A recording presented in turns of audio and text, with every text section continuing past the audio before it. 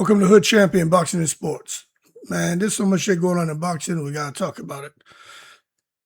But first, let me do this, because here we go. I like to stretch this out so you can see everybody on here. MVP has things on locked right now, man. And I'm going to talk more about that, but in a separate video. But we're going to talk about the ladies that are fighting. But first thing, man, we got to talk about what I think is the biggest fight this weekend. Hrgovic and Itauma.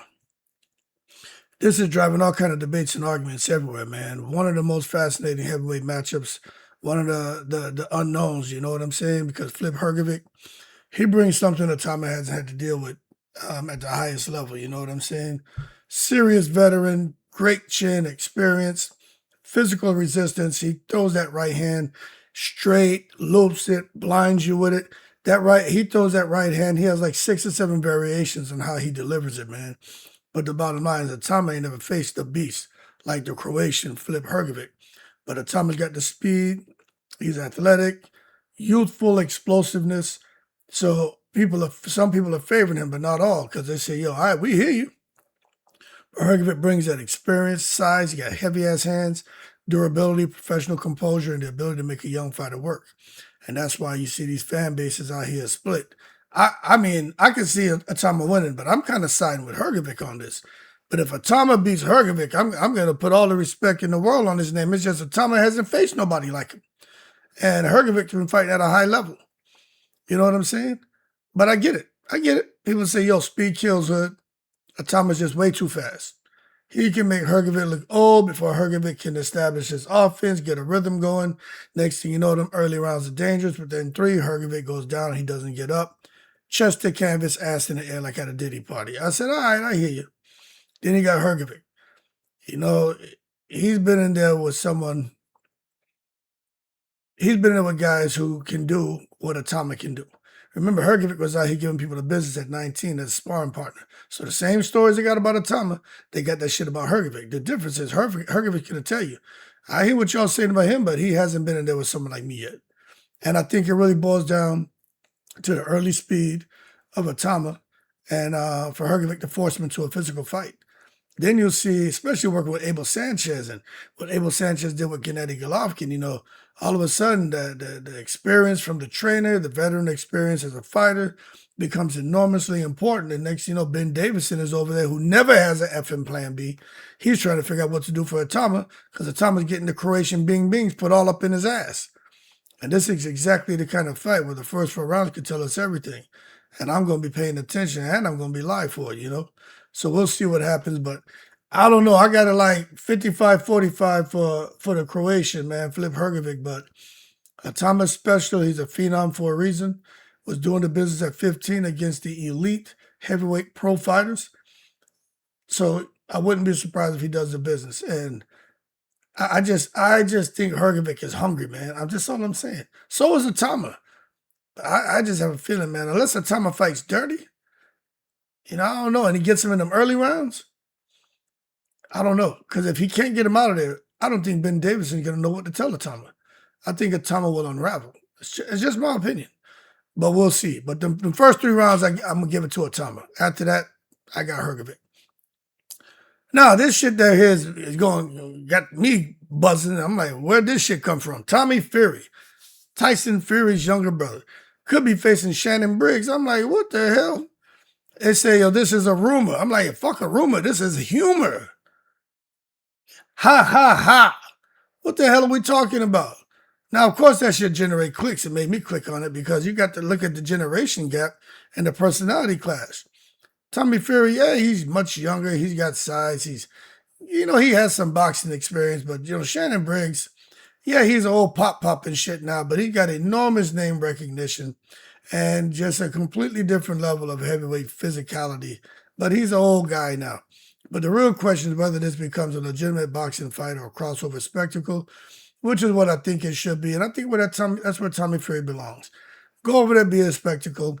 You know, use your personality and last name to get you some dough. Shannon Briggs is going to do 99% of the work because he's so goddamn crazy. But let him make the promotion almost impossible to ignore, and people will tune in to see it. You know what I'm saying? I'm talking about a fight people are going to tune in to see, Shakur and Navarrete. this right here is one of those fights where, fans can legitimately disagree.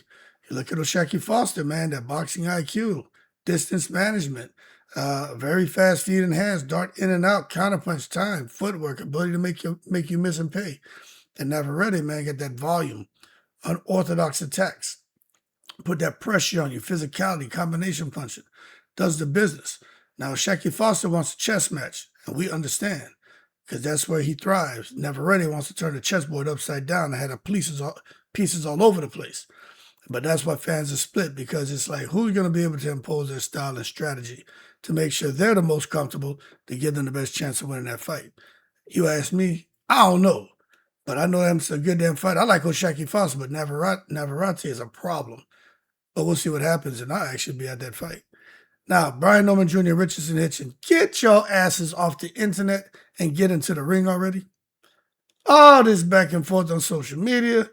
Man, just get in there, have the goddamn fight at 147, and both of y'all be quiet with this bullshit, all this back and forth on Twitter. Settle it in the ring. Now, Norman, he brings up physical strength and pressure. Hitchens, slick boxing, defensive awareness, technical discipline. Now, this is the style of matchup where social media trash talk can turn into a legitimate fight demand, and I'm pushing for it because they both need to fight. So, unlike some Twitter beef, there's real competitive reason to make this fight. Plus, neither one seem to have anything on the schedule. Now, talking about someone who doesn't seem to have anything on the schedule, but a fight that could happen, that most of us are saying, hey, yo, hold your horses, let's not take it to the stupid. Shakur Stevenson and Manny Pacquiao. Where did that shit come from? I know Manny Pacquiao trained in the wild card, but all of a sudden you got this wild rumor running all over the place. All over the place. There's an immediate problem here. And it's quite obvious. Pacquiao is a legend, but Shakur's in his prime. So the question is, how legitimate is this fight from a competitive perspective? Or is this just a massive event built around Pacquiao's name, where Shakur goes out there and gets some of that Wu-Tang cream cha-ching ching dollar bill, y'all? Now, from a promotional perspective, though, I mean, that shit is enormous. But I just think this is Pacquiao. We know he'll fight anybody. Pacquiao will jump in the river butt naked, swim halfway across, splash the water, fight a crocodile, and somehow come out on the other end with a nice little crocodile shoes and coat and jacket and pants and hat and wallet. Probably in a goddamn belt. But he ain't beating Shakur Stevenson, so let's just stop the stupid debate about, Southpaw versus Southpaw. Man, get out of here. Pacquiao's legendary. He used to have the speed. He used to have everything, the reaction time. But now he's an old pop. Head his ass back to the goddamn Philippines, eat some lumpia fried rice, some goddamn chicken adobo and tocino, and leave Shakur Stevenson alone before he kills his ass. Now, another fight that could be on the horizon if they both keep winning is Daniel Dubois and Itauma. Itauma fights this weekend. Again, I told you, I think first 3 rounds is him, after that is Hrgovic. But if he beats Hrgovic and Dubois wins the rematch against Wardley, Frank Warner's looking to make Itauma and Dubois. And I'm telling you, I think they should build towards a Dubois-Itauma matchup down the line, because now you got a unification fight because they both have titles. But this could become a massive domestic heavyweight fight. But one thing I'll say, stop putting bullshit on pay-per-view. Itauma and Hrgovic is a pay-per-view fight. That's ridiculous. That shit should not be on pay-per-view. So for Dubois and Itauma, I mean, maybe it works for the UK, but I'm just not seeing those. I'm not seeing these fights as a pay-per-view worthy. But the interesting part is both of them are young enough that their trajectories could dramatically change before they ever meet. I'm seeing like another year, 2 years. But Dubois, Itauma, unification, I think with time the fight becomes bigger. But again, either one can lose. But just stop with the pay-per-view crap. Now, talking about something that's pretty cool, Terence Crawford is in Ukraine. He visited the Ukrainian president, man, Zelensky. And you can see that the retired transitioning superstar, man, kind of got him back into the international spotlight for reasons outside of boxing. And that's what happened when you have the right attitude. And, a guy like Alexander Usyk, who has the utmost respect for you. Big things happen for you, man. And I think everybody should be paying attention to how Crawford's in high demand after boxing and traveling all over the world, and people want to see him. You can't be out here burning bridges and ruining your brand. So Crawford is up and away. You know what I'm saying? It's just a reminder that your brand, your profile extends well beyond simply what happens in the ring happened in the ring. And that's why you look at someone like Claressa Shields, she needs to learn to shut up, because she's someone who should, when she retires, she should have been up and away like Crawford, probably doing even more. But I don't think anybody's going to want to see her anywhere. You probably even want to go to the soup kitchen and see her serving chicken dumpling soup with harvest spiced peaches and a grape drink and sourdough roll. So it is what it is. But everybody should be paying attention to Crawford, Layla Ali, and any other fighter, man, where people are paying them money hand over fist just to show up and talk, just, come and visit the country, put eyes on the country. Now, Xander Zayas, he's moving to 160. And he's going to be with Matchroom, fighting in February in Puerto Rico.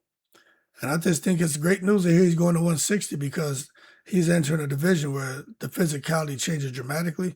But he probably really should have been at 160 the whole time. He has a much bigger body than what his body's way too big to be cutting to 154. I'll put it to you that way. But at 160, could be some bigger punches, more physical strength than what he was used to feeling at 154. But then Boots Sanders put the bing-bings on him. So if his skills translate upward, I think Matchroom has another young fighter who could become a major Puerto Rican attraction. But doing it in Puerto Rico makes the storyline even more compelling, and you see they're rolling the dice. You could tell Eddie Hearn wants a star out of Puerto Rico. Like, they were hoping it could be Berlanga. That shit flopped.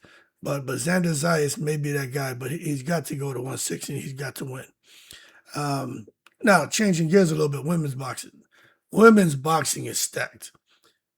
It is stacked. You got Alycia Baumgardner and Elif Turhan coming up. Let me tell you something, man. Champion level star against an undefeated champion with growing momentum. This is a high-risk fight for both of these women. Exactly the type of matchup that fans want to see. Skill versus skill, putting it all on the line, 50-50 fight, unlike what Claressa Shields gets herself into. But she's going to sit here, we know, if whoever loses, especially Alycia, Claressa's going to talk shit. But I'm telling you, if Alycia wins, celebrate. If she loses, celebrate. She doesn't deserve for anyone to turn their back on her. This is what you want to see, man. Fighters in their prime, the best fighting the best, 50-50 fights. Not this shit that Claressa Shields is doing. She went out there and fought Kay Scott. Then before that, look, Fran Sean. Before that, Lanai Daniels. And Lanai Daniels didn't even make an effort. She was running around in circles like a clown show and laughing. So it makes you wonder if she even took that fight serious, or if it was some shit going on behind the scenes just for Claressa to get a victory. But the bottom line, Alycia, she's in tough, man. I'm telling y'all, Turhan is a monster. A monster. But she gets hit. And if Baumgardner can land, which she will, fight gets interesting. Anyway, I plan on doing separate videos and just focus solely on Baumgardner and Turhan. So I'm not going to get too much into it here. I'm just saying, you got to put respect on Baumgardner's name to go up 5 pounds and fight this beast, Turhan, from Turkey. It's going to be a good one. It's going to be taking place, man, in Arlington, Texas. Now, Tiara Brown and Ellie Scotney, they're going to be fighting, man. It's two fighters who can make this a serious technical fight. But the question is whether Brown can impose a physicality against Scotney's boxing ability. Then you got Ramla Ali versus Mikiah Kreps. Ali continues building her profile, while Kreps presents another opportunity to test Ali against a determined opponent. Then you got something that's even more interesting to me. Chantel Cameron and Mikaela Mayer, because Claressa wants to fight one of them. And it sounds like Mikaela Mayer saying she wants Claressa, and Claressa like, see you soon. And I'm like, where the hell that shit come from? But I don't think MVP is going to lift that ban. And you listen to the fans, they don't want them to lift the ban, but they're going to do what they feel is best. But this is one of the biggest, I think this is one of the biggest women's fight on the list. Takes place this weekend. Cameron brings pressure, toughness, physicality. She beat Katie Taylor. And I think Mikaela Mayer has her hands full. But Mayer brings technical boxing, distance control, and high-level amateur pedigree. So the fight has legitimate elite-level implications. Then you got Caroline Dubois and Amelia Moore. And I'm going to tell you this right now. Caroline Dubois, she can fight. Very intriguing. Young fighter in women's boxing. But she's fighting Amelia Moore. Amelia Moore has 0 knockouts, 0 losses, with 4 fights. Some shit like that. This is ridiculous. And that's all I got to say about that. No respect for that fight that was made. Now, Terry Harper and Miranda Reyes. Harper's career has already taken several twists and turns. She fought Caroline Dubois. Very interesting fight, but Dubois, she clearly won the fight. But this gives her a chance, man, to, establish that momentum again. And then Reyes has a chance to completely change the conversation with an upset. And then people be talking more about her than they have been. Then you got Tejas and Barry. And you got Gallagher and Robinson. Bottom line is, man, these are the type of fights that quietly build future contenders. And, that's why, these fights are very important. So the big picture, when we talk about everything here, you look at who we're talking about. Hrgovic, Itauma, Fury, Clarissa Shields, Briggs, Foster, Navarrete, Norman, Hitchens, Shakur, Pacquiao, Dubois, Crawford, Zayas. Continuing on with the women, Baumgardner, Turhan, Brown, Scotney, Ellie, Kreps, Cameron, Mayer, Dubois, Moore, Harper, Reyes, Tejas, Barry, Gallagher, Robinson. That's an entire episode by his damn self. So at the end of the day, we're going to see what happens. But the big fight this weekend, is Cameron Mayer, but that damn Hrgovic and Moses Itauma. I'm telling y'all, pay attention. You're going to see fire. If you don't watch anything this weekend, watch Mayer Cameron. I think that comes on in the... all of these fights may be in the morning. But anyway, Hrgovic and Itauma. If you figure that out, you don't want to miss it. Keep cool. I'm in the breeze.